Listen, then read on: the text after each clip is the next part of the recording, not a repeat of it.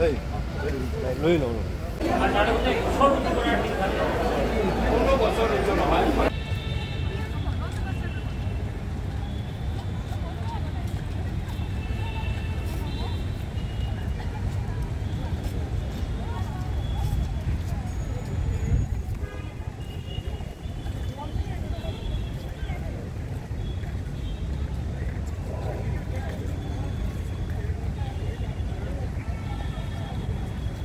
Civil services achievers point IAS academy हम लोग basically हमारे डायरेक्टर सर राजदीप लेखा का ये विजन है कि जो सपना है सिविल सर्विसेज का वो पूरे नॉर्थ ईस्ट तक जाना चाहिए।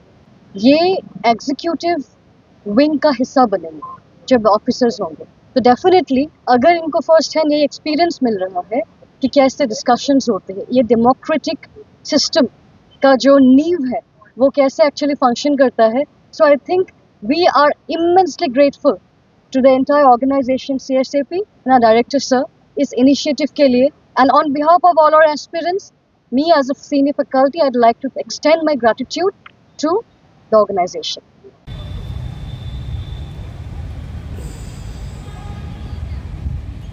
পোনপ্ৰথমতে CSAP IAS একাডেমী বহুত ধন্যবাদ জ্ঞাপন কৰিছোঁ। আচলতে এনেধৰণৰ কিছুমান কাৰ্যসূচী আমাৰ খুবেই প্ৰয়োজন, বৰ্তমান সময়ত যিটো ইউথৰ বাবে খুব প্ৰয়োজনীয়। আজিৰ যি বিধানসভাত এটা নতুন বিষয় উত্থাপন কৰিছে শিক্ষা বিষয়ক, আৰু আমি দেখিলোঁ যে তাতে বিভিন্ন ধৰণৰ শিক্ষাৰ লগত সমস্যাসমূহ, শিক্ষকৰ নিযুক্তিৰ সমস্যাসমূহৰ কথা উত্থাপন কৰিছে। আচলতে এই বিষয়ে আমি জানিব লাগে নতুন প্ৰজন্মৰ বাবে, আৰু নতুন প্ৰজন্মই জানিবলৈ কিছুমান কথা ইয়াতে উত্থাপন কৰিছে। মই ভাবোঁ মোৰ লগতে আমাৰ লগতে সকলোখিনি সহপাঠী ইয়াৰ দ্বাৰা উপকৃত হৈছে।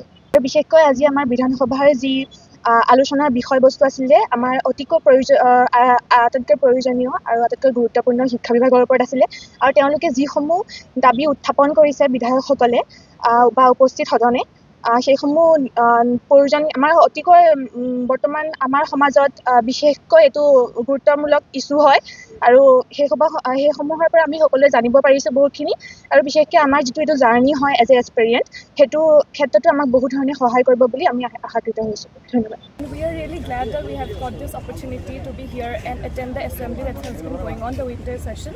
And the topic that has been discussed is about the education, and we have really got a very good insight of how actually things are in reality in the classroom. And from this we have been able to for all of us so that we could know what's actually in there. And we are also really thankful to our director Rajdip Dekhar sir for bringing us here. Almost like for whoever it is possible to come and attend the session, because we have gotten the passes and it's really easy and it will be a very good experience for everyone to be here.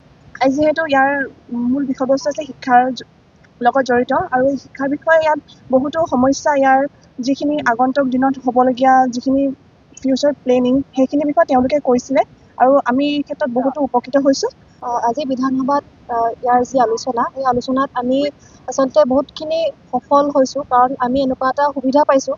এই সুবিধাটোৰ কাৰণে আমি আমাৰ director sir Rajdeep লেখাৰ ছাৰক ধন্যবাদ জ্ঞাপন কৰিব বিচাৰিছোঁ। যিহেতু আজিকালি আমাৰ সমাজখন আগুৱাই নিবলৈ শিক্ষা অতিকৈ প্ৰয়োজন, গতিকে শিক্ষাৰ যি বিভিন্ন দিশসমূহ তেওঁলোকে পৰ্যবেক্ষণ কৰিছে, আলোচনা কৰিছে, আৰু লগতে আমি এই শিক্ষাৰ দিশসমূহ, পৰিকল্পনাসমূহ জানিবলৈ পালোঁ। মানে টিভিত দেখা গৈছিলে যে মানে আসাম লেজিসলেটিভ এছেম্বলি মানে কেনেকুৱা ডিছকাশ্যনছ হ'লে মানে লাইক ৰিয়েল লাইফ কেতিয়াও চোৱা নাছিলোঁ, বাট এতিয়া মানে আহি পেলাই লাইক কেনেকৈ ডিছকাশ্যনছ হয় আৰু কুৱেশ্যনটো ৰাইজ কৰে, তাৰপিছতে মানে কেনেকুৱাকৈ প্ৰচিডিউৰটো ফ'ল' কৰে সেনেকুৱাকৈ দেখিছোঁ। আৰু এজ এন এক্সপেৰিয়েণ্ট এইটো মানে ৰিয়েল লাইফটো মানে লাইক হেৰি কৰাটো বহুত বেছি ইম্পৰ্টেণ্ট হয় এজ এন এক্সপেৰিয়েণ্ট।